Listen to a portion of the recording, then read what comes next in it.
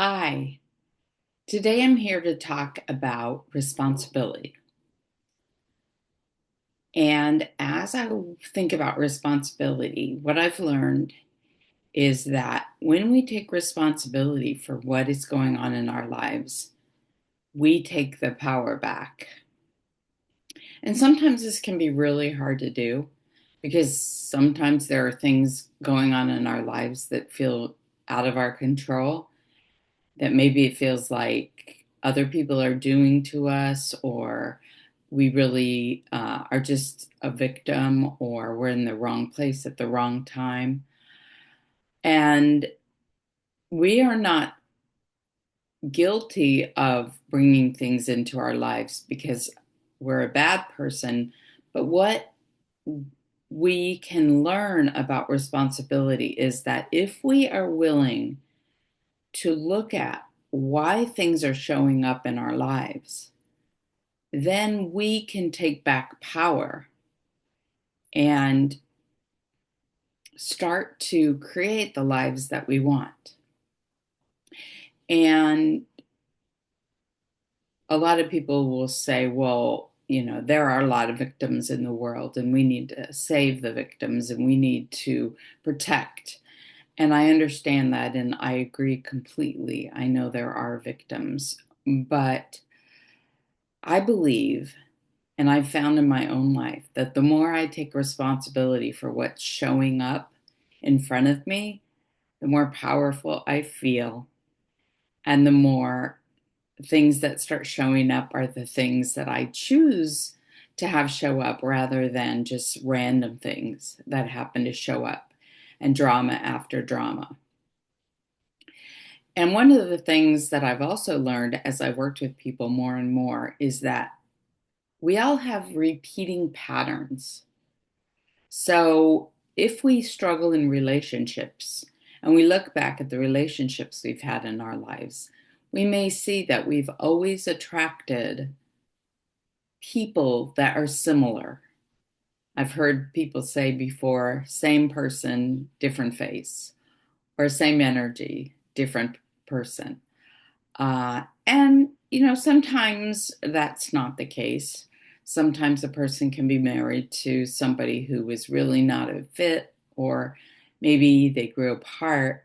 And then when you have a second or third partner, or you've grown and you've left that relationship and started a new one, then you found the partner that you were really looking for.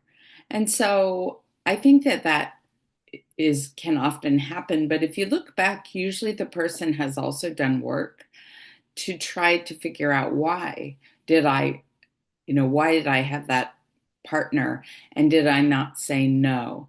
Did I not set up boundaries that I needed? Did I feel like I needed to rescue somebody? And these can be all unconscious or subconscious decisions that we make. But as we bring those into our consciousness, we can start to see how a lot of times it's things from our past, from our childhood, or when we were younger. They're patterns that repeat, that have kind of been a theme throughout our lives. Now, another place where this, I think, can be really noticed is with money. People can tend to have a set point with money that they feel comfortable at, or they feel like every time they get money, it slips through their fingers, or there's another expense that comes up when they've finally started feeling comfortable. Or even if you think about lottery winners, we hear all the time how much people win millions in the lottery, and in 10 years or 5 years, they're broke again. Well, that can be a repeating pattern. And what can be underneath all of that are emotions and beliefs about ourselves that we have never healed, or we never really looked at. And if we want to empower ourselves to change and to have a different experience and to heal those patterns for good, we can do that by beginning to look at what is the underlying root cause of that pattern. What are the emotions that are associated with that? And how can I change those? And that is the goal, in my opinion, of beginning to become a powerful creator in our lives and to really start to drive our lives in the way that we want to. And to be able to not only succeed for ourselves, but to succeed for our families, to teach others in our lives, to demonstrate how to be strong and powerful and courageous. And I think all of these are very wonderful attributes that many people would like to have in their lives.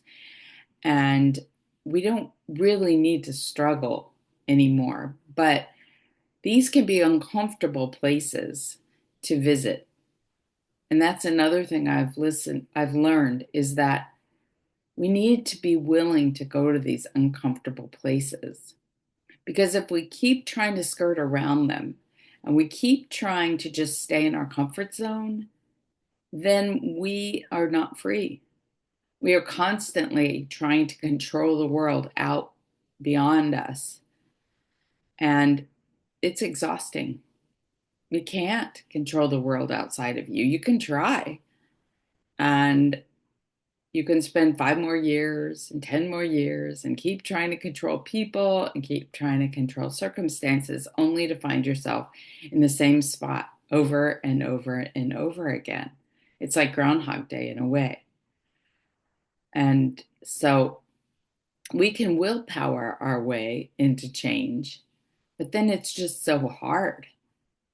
Like, I also believe this about addiction.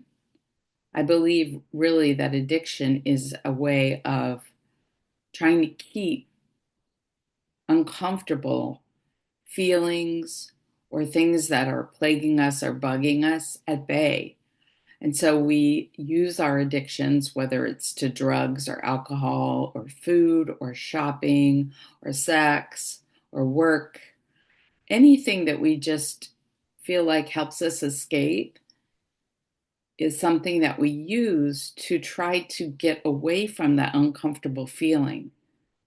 But if we learn to face it, to look at it, to even as we continue to see ourselves in our addiction process, but if we're willing to look at the same time what is really underneath, then we can start to free ourselves, to start to not need those things, to start to become comfortable with the uncomfortable and to move forward.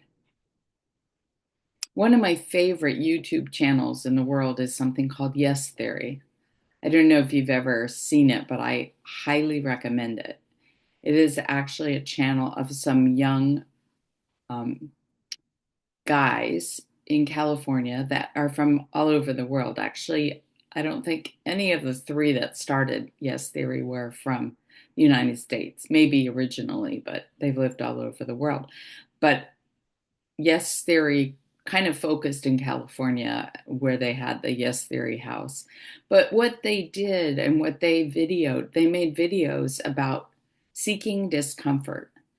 And so doing things that make them feel uncomfortable and just constantly saying yes to being uncomfortable and seeing where that led them. And they it's so fun to go on these adventures with them and to feel that uncomfortable place where you just want to run and hide and stick your head in the sand and see them just pushing through it, breathing, just keeping going and seeing the magic that happens when you're willing to be uncomfortable.